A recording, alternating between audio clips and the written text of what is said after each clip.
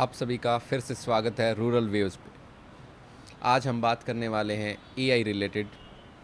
पिछला एपिसोड जो आपने देखा होगा हमारा डॉक्टर अभिषेक जी के साथ, जहां हमने एआई की बिल्कुल बेसिक बातें करी थी, वो आप सभी ने सराहा था और आप सभी ने कहा कि इस पे सीरीज़ बनाओ। तो उसी के तहत हम आपके लिए एक नई सीरीज़ लेके आ रहे हैं, एआई पे कैसे अपना कैरियर एआई में बनाएं। ये सीरीज़ एक सिंपल सॉफ्टवेयर डेवलपर जो सॉफ्टवेयर की शुरुआत कर रहा है या डेवलपमेंट या इंजीनियरिंग डोमेन में आ रहा है, वो अपना कैरियर एआई में कैसे बना सकते हैं या कैसे स्विच कर सकते हैं, ये वो एक उस तरह की जर्नी रहने वाली है। तो अगर आप इच्छुक हैं और अपना फ्यूचर एआई में बनाना चाहते हैं तो आपके लिए सीरीज़ बहुत ही इम्पोर्टेंट है, बने रहिए। अभिषेक जी, आपका स्वागत है फिर से। आप सभी को, हमारे सारे व्यूवर्स ने पसंद किया आपको, बहुत ही अच्छे कमेंट्स आए हैं, लोगों ने फ़ोन करके भी बोला है कि एआई का बहुत उन्हें पता लगा है, वो एआई के बारे में ज़्यादा जानना चाहते हैं, एआई के यूज़ केस समझना चाहते हैं कि और एक एआई माइंडसेट कैसे बनाया जाए, मेन है कि एआई का माइंडसेट कैसे बनाया जाए उस पे जानना चाहते हैं। तो आपका फिर से स्वागत है और धन्यवाद शो में आने के लिए। धन्यवाद मुझे बुलाने के लिए अपने शो में, और धन्यवाद आपके दर्शकों का। अभिषेक जी, हम अब इस सीरीज़ की कैसे शुरुआत करने वाले हैं? तो इस सीरीज़ में हम बेसिक से स्टार्ट करते हैं और इंटरमीडिएट से लेके एडवांस लेवल तक जाएंगे। बिल्कुल बेसिक समझते हैं कि मशीन लर्निंग क्या है, और वहाँ से फिर हम ये जर्नी स्टार्ट करेंगे। बेसिक्स में हम बिल्डिंग ब्लॉक्स ऑफ एआई जानेंगे आज। बिल्कुल। शुरुआत करो सर। ठीक है, तो शुरुआत में हम मशीन लर्निंग की बात ही करते हैं।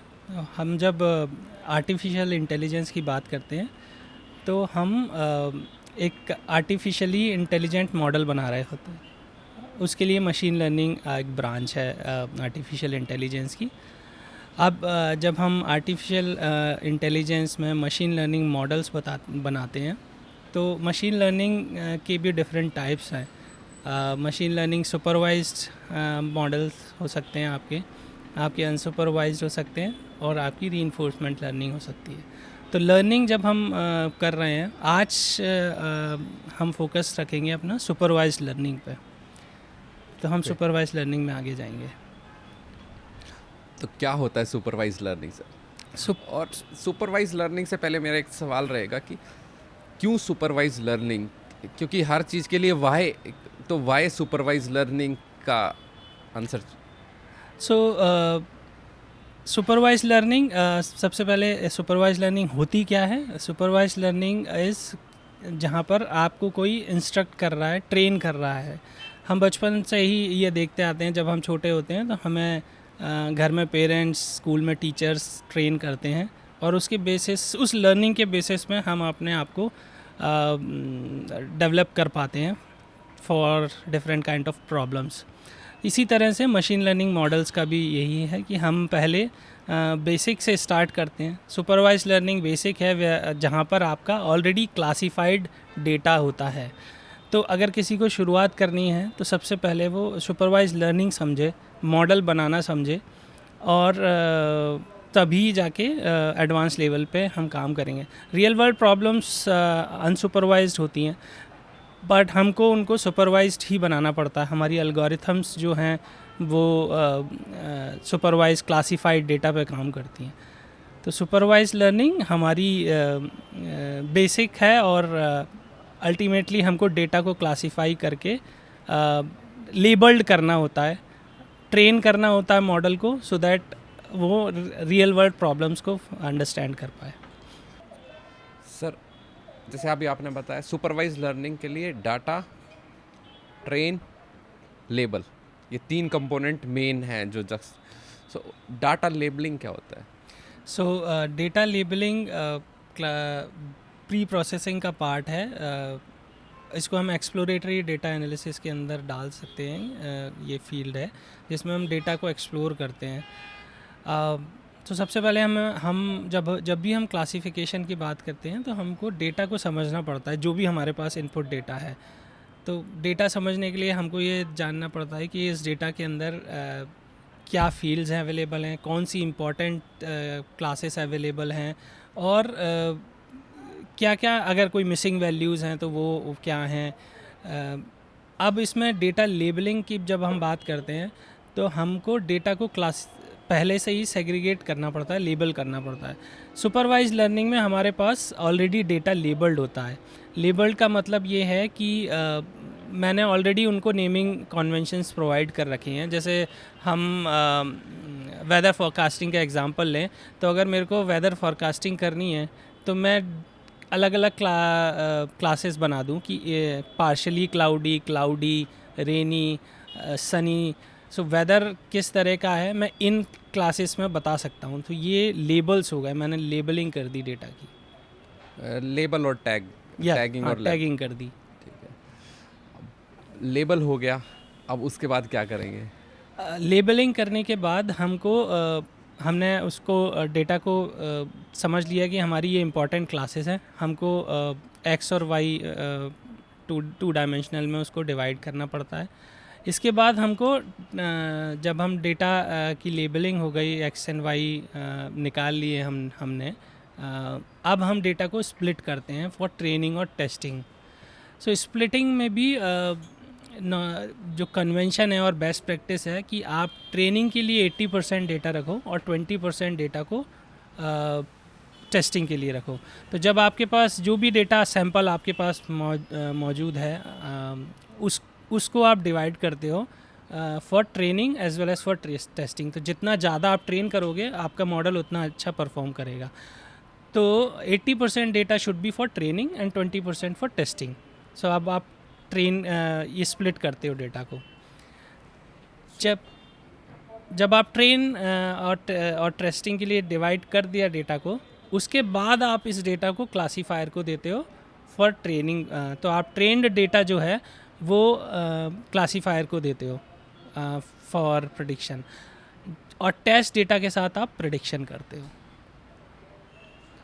थोड़ा सा कॉम्प्लेक्स और ऐसे, बट उससे पहले मेरा एक क्वेश्चन रहेगा कि जो आपने 2 डायमेंशनल बताया कि एक्स एक्सिस पे, वाई एक्सिस पे, ये कैसे होता है और क्या ज़रूरत है इस चीज़ को करने की? तो अगर मेरे को डेटा को क्लासीफाई करना है तो मेरे पास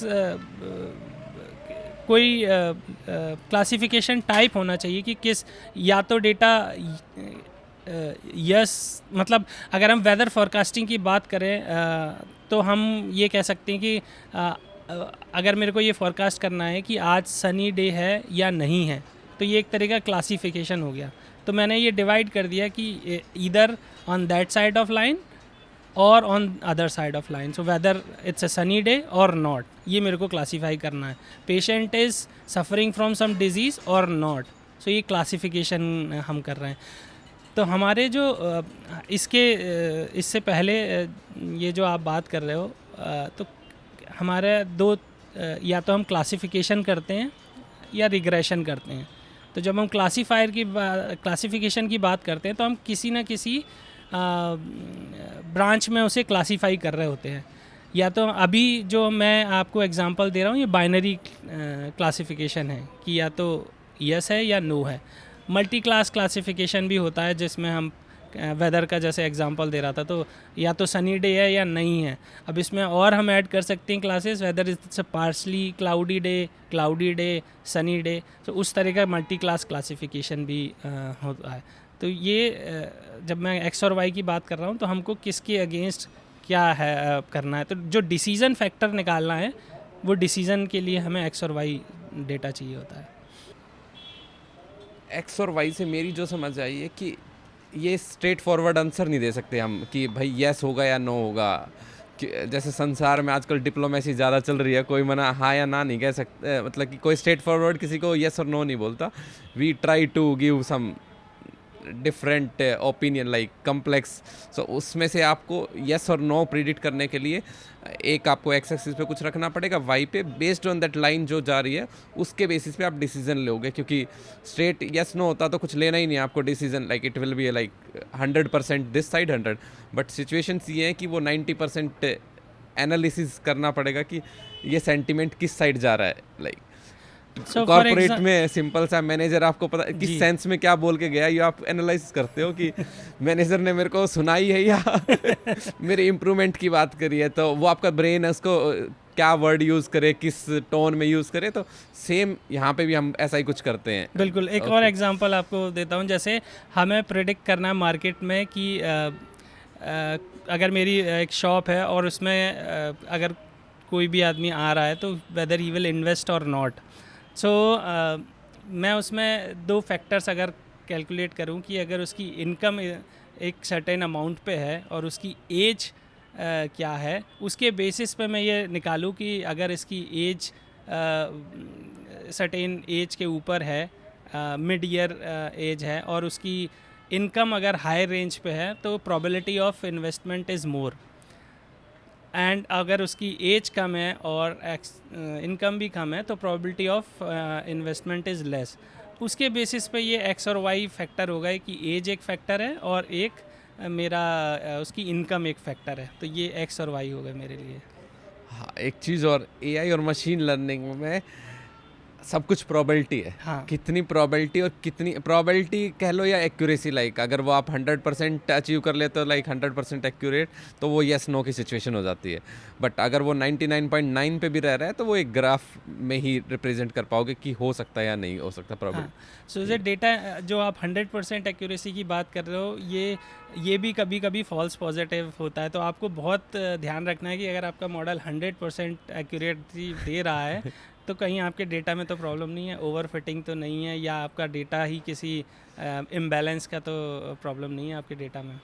ओके ओके। इसीलिए exploratory data analysis is the most important step. Sir, बहुत बारी आपने डाटा की बात करी है, डाटा है क्या? सो ट्रेनिंग के लिए और मॉडल को बनाने के लिए डेटा सबसे इम्पॉर्टेंट है, जो सैम्पल डेटा जिससे हम मॉडल को ट्रेन कर रहे हैं फॉर रियल वर्ल्ड प्रॉब्लम्स।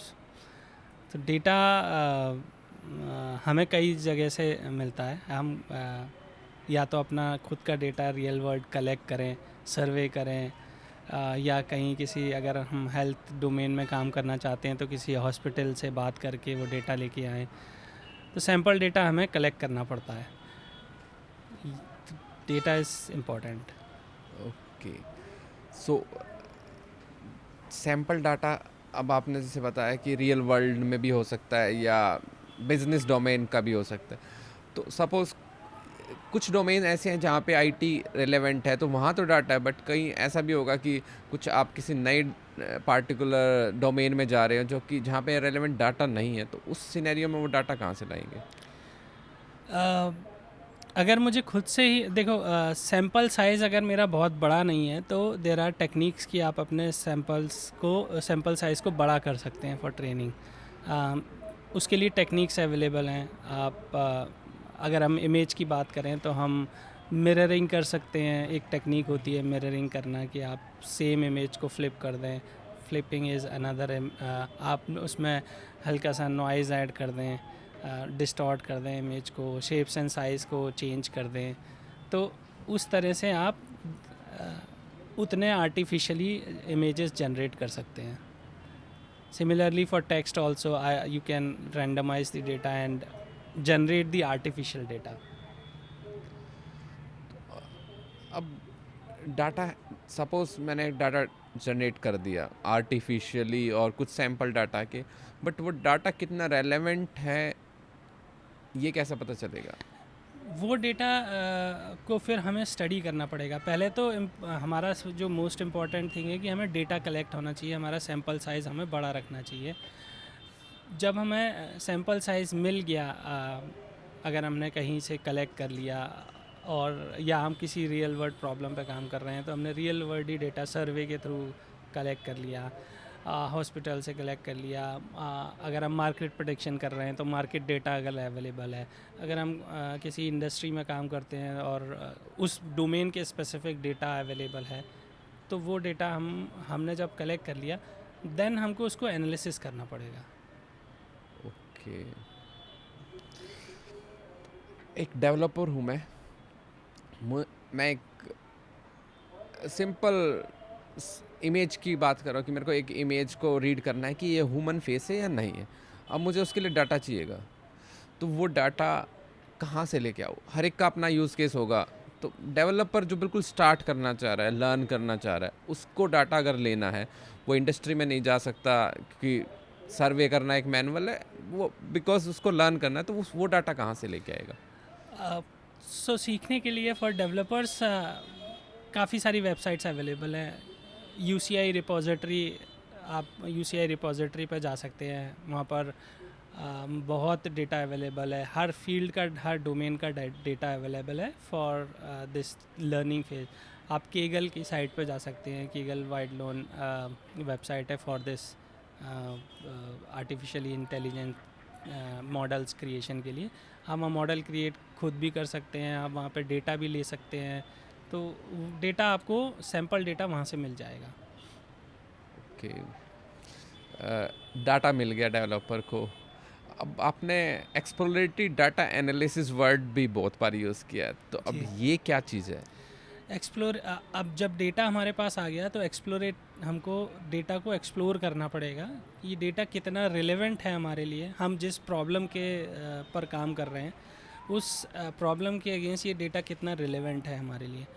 तो वो इसलिए exploratory data analysis term use होती है, जहाँ पर हम उस डेटा को रीड करते हैं, उसको फिर एनालाइज करते हैं, उसके किस, अगर लेबलिंग ठीक है कि नहीं है, डेटा का साइज़ क्या है, उसमें अगर मान लीजिए अगर हम बाइनरी क्लासिफिकेशन की बात करें तो 2 क्लासेस हैं उसके अंदर, 2 लेबल्स हैं। वो लेबल्स में दोनों लेबल्स का डेटा कितना इम्बैलेंस्ड है, अगर दोनों का डेटा सेम नहीं है तो हमारा प्रेडिक्टर और जो क्लासीफायर है उसके रिज़ल्ट्स में भी उतनी एक्यूरेसी नहीं आ पाएगी, क्योंकि वो मेजॉरिटी क्लास के साथ ज़्यादा ट्रेन हुआ होगा, तो वो, और माइनॉरिटी का डेटा ट्रेन ही नहीं है माइनॉरिटी क्लास का, तो फिर उसमें प्रॉब्लम होगी। तो इसलिए हमको वो सब एनालिसिस करना पड़ता है, फीचर्स देखने पड़ते हैं, और अगर ट्रेन नहीं है, नल वैल्यूज़ हैं, नॉइज़ है, ये सारा चीज़ें स्टडी करना पड़ता है उसमें। सो एक्सप्लोरेटरी डाटा एनालिसिस को मैं, अगर 3 टर्म्स हैं, एक्सप्लोरेटरी डाटा एनालिसिस, डाटा समझ में आ गया। एक्सप्लोरेटरी मींस हम घूम रहे हैं उसके आसपास से, समझना चाह रहे हैं कि उसमें क्या काम का हमारे क्या काम कर, जैसे कि हम नई सिटी में जाते हैं तो वहाँ घूमते हैं कि हमारे काम का ये रेस्टोरेंट है या नहीं है, Correct. वो एक एक्सप्लोर कर रहे हैं, वो पार्ट हो गया। बिल्कुल। अब एनालिसिस एक टर्म रहेगी, उसमें क्या करते हैं हम, या ये दोनों टर्म्स सेम ही है, एक्सप्लोरेटरी और एनालिसिस दोनों एक ही चीज़ हैं, या डिफरेंट, की पहले एक्सप्लोर किया उसके बाद फिर आप उस एक्सप्लोर के टाइम पे आपने सपोज करो 10 रेस्टोरेंट चूज़ कर लिए कि इस सिटी में ये मेरे 10 रेस्टोरेंट काम, उसके बाद आप उन पे देखते हो कि ये मेरे बजट में आ रहे हैं या इनका कौन सा फूड बेस्ट है, वो पार्ट एनालिसिस है। बिल्कुल। क्योंकि मुझे नहीं पता उस डेटा के बारे में, तो मैं एक्सप्लोर करूँगा और उस एक्सप्लोरेशन के बेसिस में उस डेटा को एनालिसिस करूँगा। तो हम अगर एग्ज़ाम्पल लें, अगर मैं वेदर फोरकास्टिंग की प्रॉब्लम सॉल्व कर रहा हूँ, तो मेरे को ये देखना है कि डेटा किस तरह से क्लासिफाइड है, लेबलिंग क्या क्या है, क्या वो सिर्फ क्लाउडी और सनी लेबल्स हैं या उसमें मल्टीपल लेबल्स हैं, उसमें उस डेटा के अंदर अगर नल वैल्यूज़ तो नहीं है, अगर नल वैल्यूज़ हैं तो वो मेरे लिए इररेलेवेंट है, मेरे को उनको हटाना चाहिए क्योंकि वो मेरे इम्पैक्ट करेंगे क्लासीफायर को। तो मेरे को और वो सैम्पल में मेरे को ये भी एनालिसिस करना है कि मेरी अगर ये बाइनरी क्लासिफिकेशन है तो जो 2 क्लासेस हैं वो दोनों क्लासेस का डेटा ऑलमोस्ट सेम होना चाहिए, if not equal, almost same होना चाहिए। अगर वो नहीं है तो फिर मुझे उसके लिए तो उस तरह से मेरे पास कितने कॉलम्स और हैं, कितने फ़ीचर्स अवेलेबल हैं, क्या वो फ़ीचर मेरे लिए ज़रूरी हैं। फॉर एग्ज़ाम्पल अगर मैं हेल्थ साइंस की बात करूं और चेस्ट एक्सरे को एक्सप्लोर करूं, चेस्ट एक्सरे इमेजेस को, तो उसमें मुझे कलर का कोई यूज़ नहीं है, लेकिन अगर मेरे पास कलर एक फ़ीचर अवेलेबल है तो वो मेरे लिए इररेलेवेंट है, I can remove that feature from that, क्योंकि मैं उतना ज़्यादा फ़ीचर अगर मैं अपने क्लासीफायर को दूंगा तो वो क्लासीफायर पे भी इम्पैक्ट पड़ेगा, जिसका कोई यूज़ नहीं है वो भी मैं इनपुट दे रहा हूँ।